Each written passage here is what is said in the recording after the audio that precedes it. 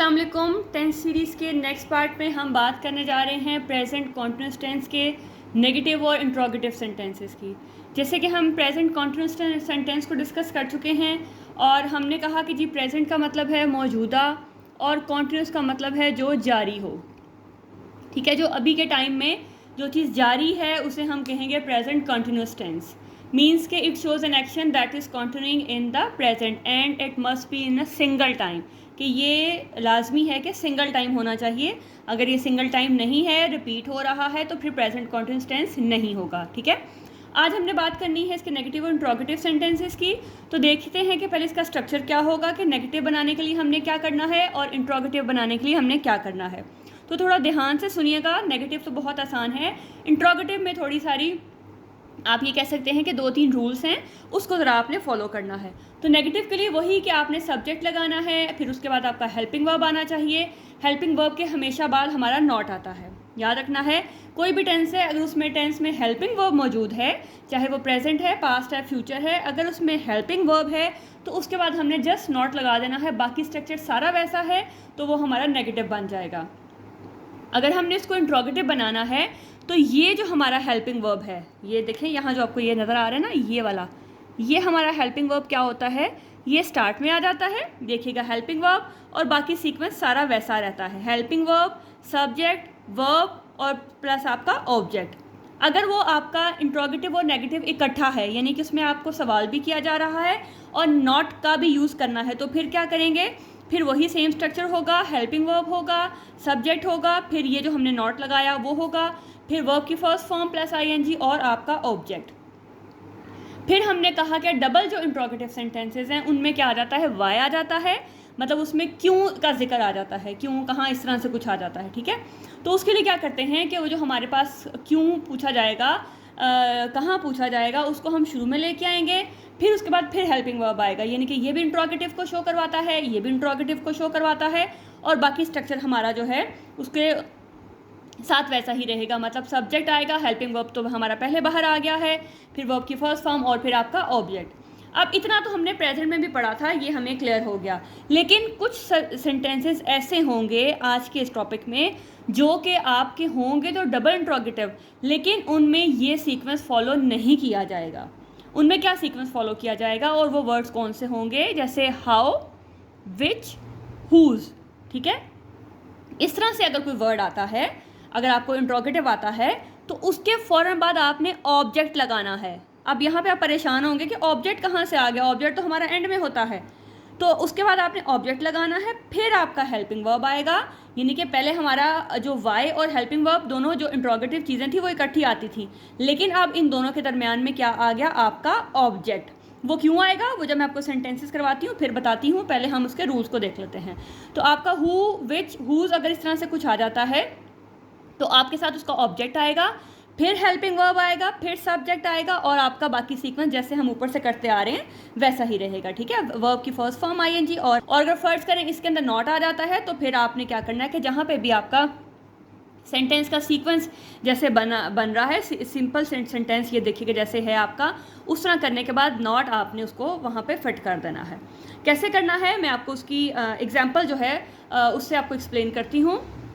जी examples देखिएगा, यहाँ मैंने स्टार्ट में पहले कुछ सिंपल एग्जांपल्स लिखी हैं ताकि आपके लिए अंडरस्टैंडिंग करना इजी हो, और उसके बाद हम जो है सिंपल टू कम्प्लेक्स लेवल की तरफ जाएंगे। अगर हम इजी टू डिफ़िकल्ट जाते हैं तो समझना हमारे लिए चीज़ों को बहुत आसान होता है।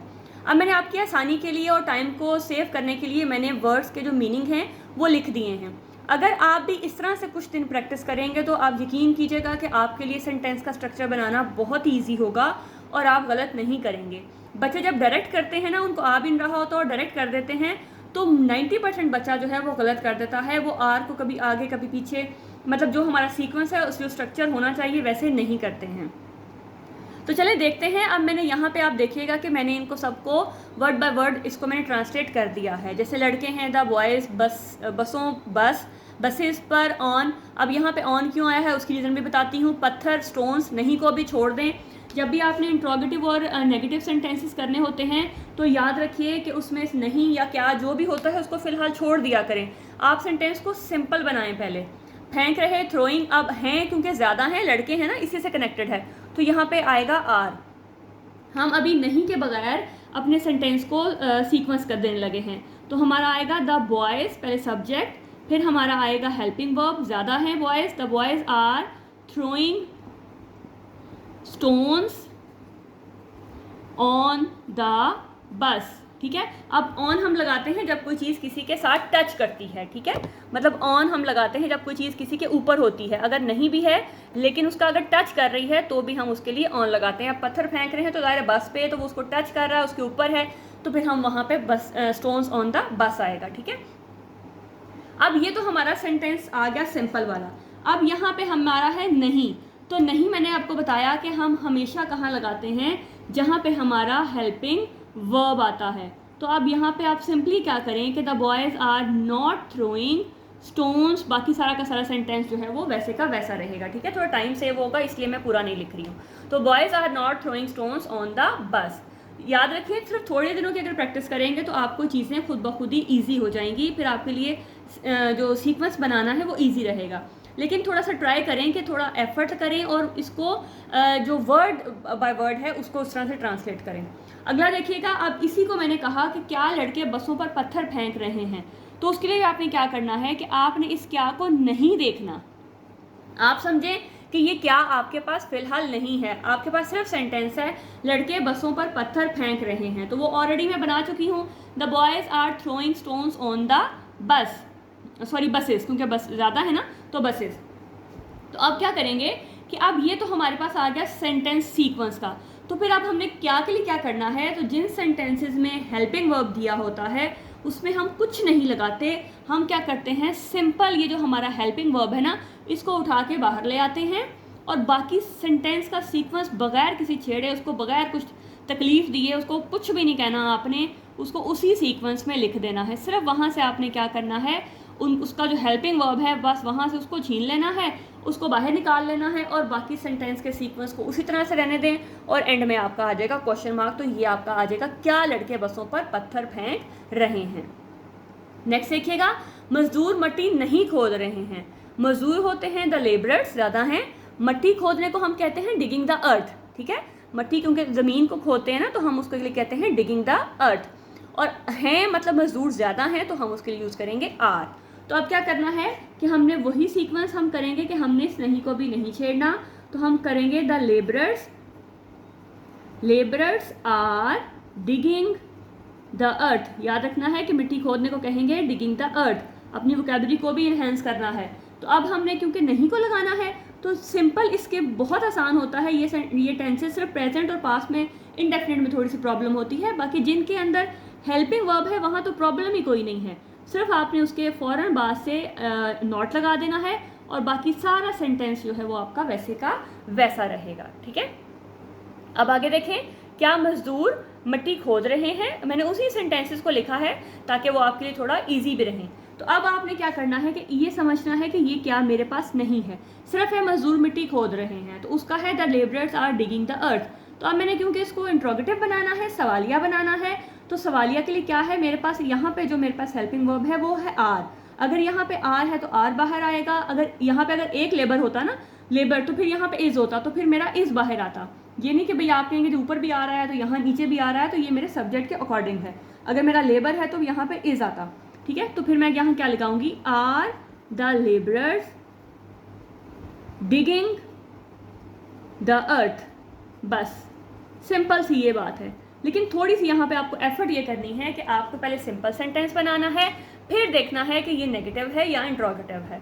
बाकी आपने उसको सिर्फ 1-2-4 सेकंड आपके ज़्यादा लगेंगे, लेकिन आप यकीन जानिए कि अगर आप इस तरह से प्रैक्टिस करेंगे तो आपकी जो गलती के चांसेस है ना वो बहुत ही कम होंगे। आगे देखें, औरतें कहाँ कपड़े धो रही हैं। अब यहाँ पे आ गया कहाँ, इस कहाँ को छोड़ दें, आपके पास है सिर्फ औरतें कपड़े धो रही हैं, तो इसका मतलब है कि हमने क्या करना है, द वुमेन, ये आपके पास होगा विमेन, ये वुमेन नहीं होता, ये वी की साउंड, ये आपको व की साउंड देगा। Women are washing clothes. ठीक है, तो the women are washing clothes, औरतें कपड़े धो रही हैं। अब सेंटेंस है कि कहाँ धो रही हैं, आपने इसको बताना है, ये सवालिया है कि कहाँ धो रही हैं। तो अब जब हमने सेंटेंसेस किए थे कि हमने जब बताना हो कि क्यों धो रही हैं या कहाँ धो रही हैं, तो उसका सीक्वेंस क्या था कि उसके लिए आपने क्या लगा देना है, आपने इस कहाँ की इंग्लिश होती है, वेयर। अब वेयर लगाने के बाद जो यहाँ पे आपका हेल्पिंग वर्ब था ना, वो आ गया स्टार्ट में। तो where are the women washing clothes, बाकी सेंटेंस मेरा वैसे का वैसा रहा। समझ आई बात की कि आपने इस कहाँ को छोड़ दिया, आपने सेंटेंस को बनाया the women are washing cloth. अब हमने एडजस्ट करना है कहाँ को, डेफिनेटली कहाँ हमारा पहले ही आएगा। कहाँ लगाने के बाद बाकी मैंने जिस तरह से मैं सिंपल इंट्रोगेटिव सेंटेंस किया था कि वहाँ से हेल्पिंग वर्ब बाहर आ गया। अभी अगर आपको याद भी हो तो मैंने आपको जो हम अगर नोट किया है आपने कि जब आपने उसका रूल्स लिखे थे तो वहाँ पे हमने कहा था कि जब हमें पूछा जाए कि कब है या कहाँ है तो उसमें हम क्या करते हैं, लगा के फिर हमने बाकी हेल्पिंग वर्ब के बाद हमने सेंटेंस का सीक्वेंस रखना है। तो वेयर आ गया। अब इसी सेंटेंस के अंदर से अपना हेल्पिंग वर्ब निकालें और बाकी सेंटेंस को एज इट इज़ नीचे उतार लें, तो ये आपका इसका आंसर बन जाएगा। दरवाज़ा कौन खटखटा रहा है, तो कौन कहते हैं, हु। तो हु सेम इस तरह से, हु इज़ नॉकिंग, और नॉकिंग के साथ हमेशा एट आता है, याद रखिएगा, who is knocking at the door. दरवाज़ा कौन खटखटा रहा है, नॉकिंग के साथ हमेशा एट आता है प्रेपोजिशन, इसको भी आपने याद रखना है। तो ये 2-4 मैंने आपके लिए सॉल्व आपके यहाँ पे जो है लाइव सॉल्व की हैं। अब बाकी जो है मैंने सॉल्व की हुई है, सिर्फ आपने उनको समझना है कि मैंने किस तरह से की हुई हैं। जी कुछ मज़ीद एग्जाम्पल देखिएगा ताकि आपको मज़ीद समझ आ सके। लड़कियाँ जमात में ऊँग नहीं रही हैं। ऊँगना होता है, उसको हम इंग्लिश में कहते हैं डोजिंग, मतलब कि आप जैसे अचानक से आपको एक नींद का झटका नहीं आता जब टीचर पढ़ा रहा होता है, तो वैसे तो सारे ऑलमोस्ट सोए होते हैं, जाग कम ही रहे होते हैं, कुछ मेंटली सो रहे होते हैं और कुछ फिजिकली सो रहे होते हैं। तो ये वही है जो आप क्लास में सो रहे होते हैं थोड़ी देर के लिए, बिल्कुल हल्के टाइम के लिए, अब टीचर फ़ौरन से आपको देख लेता है, ठीक है, तो उसको हम कहते हैं ऊँगना। तो लड़कियां जमात में ऊँग नहीं रही हैं, तो अभी मैंने आपको बताया कि आपने क्या करना है कि आपने डायरेक्ट नहीं करना, आपने सिंपल पहले सेंटेंस बनाना है। लड़कियां जमात में ऊँग रही हैं, तो the girls are dozing in the class, ठीक है। अब मैंने नहीं को एडजस्ट करना है, तो मेरा जो हेल्पिंग वर्ब है वो है आर। इस आर के बाद मैंने क्या किया, नॉट को फिट कर दिया, तो the girls are not dozing in the class.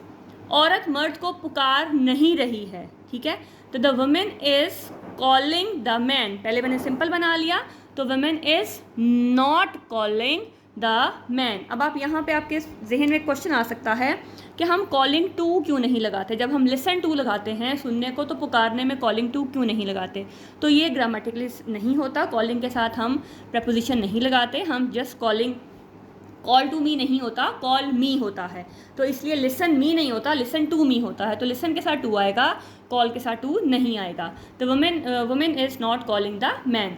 क्या औरत चक्की नहीं चला रही है, तो हम वही करेंगे कि हमने इस नहीं को अभी स्किप कर देना है। तो हम जो चक्की चलाना होता है, जो चक्की को कहते हैं ग्राइंडिंग स्टोन और चलाने को कहते हैं वर्किंग, ठीक है। यहाँ पे चलाना जो है वो किसी और सेंस में नहीं आएगा, उस पर क्योंकि काम किया जाता है ना, उसको पूरा उसको घुमाया जाता है, काम किया जाता है, तो इसलिए वहाँ पे उसको हम वर्किंग कहेंगे और चक्की को कहेंगे ग्राइंडिंग स्टोन, ठीक है। तो आपकी वोकैबुलरी भी इंशाल्लाह इन्हेंस हो रही होगी। तो हम पहले सेंटेंस सिंपल बनाते हैं, ये हमारे पास क्या भी नहीं है और नहीं भी नहीं है हमारे पास। हमने सिंपल सेंटेंस बनाया, the women is working on the grinding stone. अब पहले हम बाद में आगे चलते हैं, पहले हम इस ऑन को डिस्कस करते हैं कि यहाँ पे ऑन क्यों आया, जबकि हमें यहाँ पढ़ने से तो नहीं लग रहा कि ऑन आएगा। तो यहाँ पे ऑन क्यों आया, अगर आपको प्रपोजिशन याद हो जिसमें हमने कहा था कि on the wall, the clock is on the wall, ठीक है। तो जब कोई चीज़ किसी के साथ टच होती है तब उसके लिए हम ऑन लगाते हैं। तो जो आपका ग्राइंडिंग स्टोन है, जो आपकी चक्की है, वो ज़मीन के साथ टच है और फिर वो उसके ऊपर जो है वो काम हो रही है, मतलब ज़मीन पर रखी हुई है, फिर वहाँ पे उसको काम किया जा रहा है।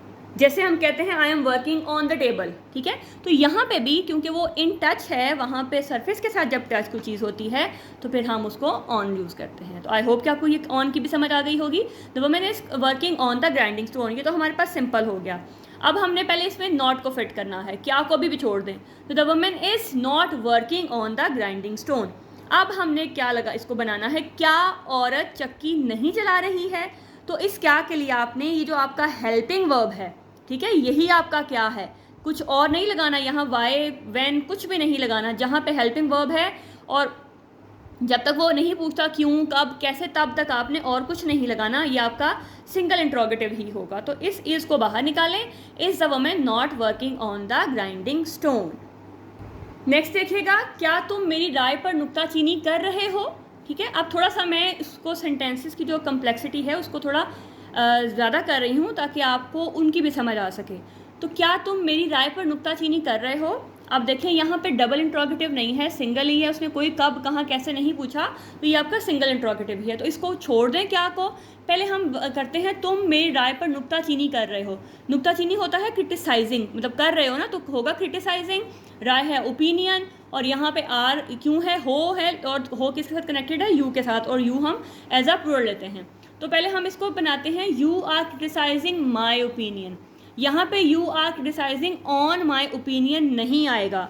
साथ साथ प्रपोजिशन को भी हम आपको डिस्कस कर रही हूँ कि यहाँ पे अक्सर आप इस तरह ही बोलते होगे क्रिटिसाइजिंग ऑन माई ओपिनियन, नहीं, यहाँ पे ऑन नहीं आएगा। क्यों नहीं आएगा, इसलिए नहीं आएगा कि जो क्रिटिसाइजिंग है ना वो लाइक हिटिंग है, मतलब टारगेट है ना। तो आप जब क्रिटिसाइज करते हो किसी को तो आप उसको हिट करते हो, उसको टारगेट करते हो, ऐसा ही है ना।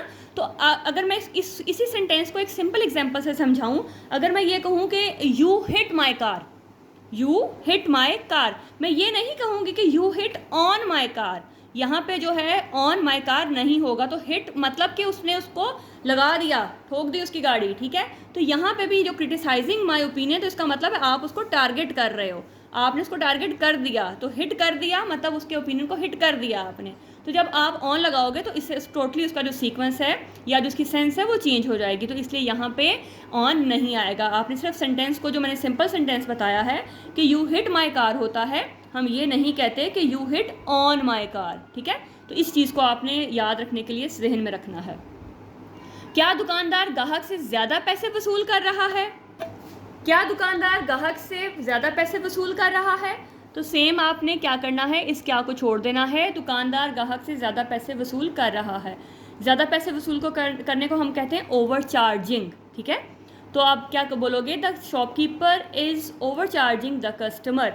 तो हमने क्या के अकॉर्डिंग इसको बनाना है, तो हमारा इस बाहर शिफ्ट हो जाएगा, is the shopkeeper over charging the customer. हमारा यहाँ पे जो भी सब्जेक्ट के अकॉर्डिंग हेल्पिंग वर्ब आएगा वही जो है हमारा सवाल बन जाएगा, वही हमारे क्या जो है उसको फिट करेगा। ठीक है, तो अब चलते हैं उनकी तरफ जिसके बाद हमारा ऑब्जेक्ट आना है। चलिए अब कुछ ऐसे सेंटेंसेस की बात करते हैं जिसमें हमने कहा था कि ऑब्जेक्ट हमारा पहले आएगा और उसके बाद जो है हेल्पिंग वर्ब आएगा। तो देखिएगा कुछ सेंटेंसेस मैंने लिखे हैं, तुम किसका पैगाम लेकर जा रहे हो। अब याद रखना है कि यहाँ पे बात हो रही है किसका पैगाम। ठीक है, पोजेशन की बात हो रही है, तुम किसका पैगाम लेकर जा रहे हो। तो अब आपने क्या करना है, इस किसका को छोड़ देना है, इसकी अभी आपने बात नहीं करनी। इसका मतलब होता है हुज। हम पहले बात करेंगे तुम पैगाम लेकर जा रहे हो, तो क्या होगा, यू आर कैरिंग मैसेज। अब क्या है कि हमने क्या करना है कि ऐसे सेंटेंसेस जिसमें ये इसके साथ अटैच हो जाए कि किसका पैगाम, तो हमने क्या करना है कि उसके लिए कहेंगे हुज मैसेज, या फिर हम ये कहेंगे जैसे मैंने आपको एग्जांपल में बताया या स्टार्ट में जो रूल्स में बताया कि उन सेंटेंसेस में जो हमारा ऑब्जेक्ट है वो स्टार्ट में आ जाता है। ठीक है, तो हुज मैसेज, बाकी हमारे पास ये जो आपका हेल्पिंग वर्ब था वो बाहर आएगा, whose message are you carrying. तुम पैगाम लेकर जा रहे हो, यू आर कैरिंग मैसेज। तुम किसका पैगाम लेकर जा रहे हो, whose message are you carrying. तो ये आपका हुज, ये आपका ऑब्जेक्ट, ये आपका हेल्पिंग वर्ब, ये आपका सब्जेक्ट, और ये वर्ब के साथ फर्स्ट फॉर्म प्लस आईएनजी। तो इस तरह के जो सेंटेंसेस होंगे उनमें आपने क्या करना है कि सिर्फ हुज को वो लगाने के बाद आपने ऑब्जेक्ट को लगा देना है। अगर देखें मैं ये सीक्वेंस नहीं करती हूँ, मैं ये लिख देती हूँ जो हम पहले करते आ रहे हैं, whose are you carrying message. तो देखें ये ऑटोमेटिकली आपको बता रहा है कि ये सेंस ठीक नहीं है। तो जब सेंस ठीक नहीं है तो ऑटोमेटिकली हमें फिर सेंटेंस के स्ट्रक्चर वाइज जो है उसकी अरेंजमेंट करनी पड़ती है। ठीक है, तो फिर ऐसे वर्ड्स के लिए हमने क्या करना है कि ऑब्जेक्ट, क्योंकि ये इसके साथ रिलेट हो रहा है, कहा जा रहा है किसका पैगाम, तो जब रिलेट हो रहा है तो डेफिनेटली फिर हमें करना पड़ेगा कि हुज मैसेज। आगे और एग्जाम्पल से आपको मजीद समझ आएगी कि तुम कौन सा रिसाला पढ़ रहे हो। ठीक है, तो बता किसकी बात हो रही है, कौन से रिसाले की बात हो रही है। पहले इसको छोड़ दें, तुम रिसाला पढ़ रहे हो, तो यू आर रीडिंग मैगजीन। अब बात आएगी कौन सा, तो कौन से के लिए हम लगाएंगे विच। तो अब देखिए कि तुम कौन सा रिसाला, तो अब रिसाला तो हमारा एंड में है, हमारा वो ऑब्जेक्ट है, ये हमारा सब्जेक्ट है, तो क्या होगा कि which magazine are you reading. Which magazine are you reading. तो ये आपका विच आ गया, ये आपका ऑब्जेक्ट आ गया, ये आपका हेल्पिंग वर्ब आ गया, ये सब्जेक्ट है और वर्ब की फर्स्ट फॉर्म के साथ आईएनजी। तो यहाँ थोड़ा सा सीक्वेंस आपने ध्यान में रखना है कि जब इस तरह के सेंटेंसेस हों तो आपका ऑब्जेक्ट पहले आएगा, फिर आपने थोड़ा सा रूटीन से हट जाना है, लेकिन अपने सेंटेंस के स्ट्रक्चर को भी देखना है कि क्या वो सेंटेंस सही देगा। अगर मैं इसको ये लिखूं which are magazine you reading, तो डेफिनेटली वो तो सेंटेंस का सीक्वेंस ही नहीं होगा। तो सीक्वेंस को हमने रखने के लिए इस तरह से किया है कि ऑब्जेक्ट को पहले लेके आए हैं।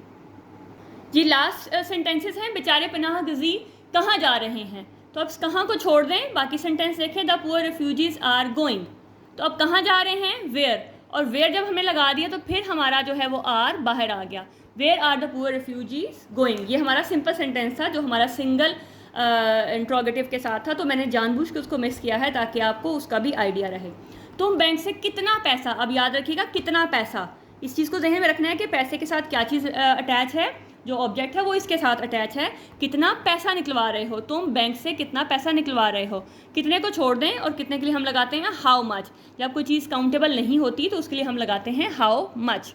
और पैसे निकलवाने को कहते हैं विदड्रॉइंग मनी, तो हम पहले करते हैं you are withdrawing money from the bank.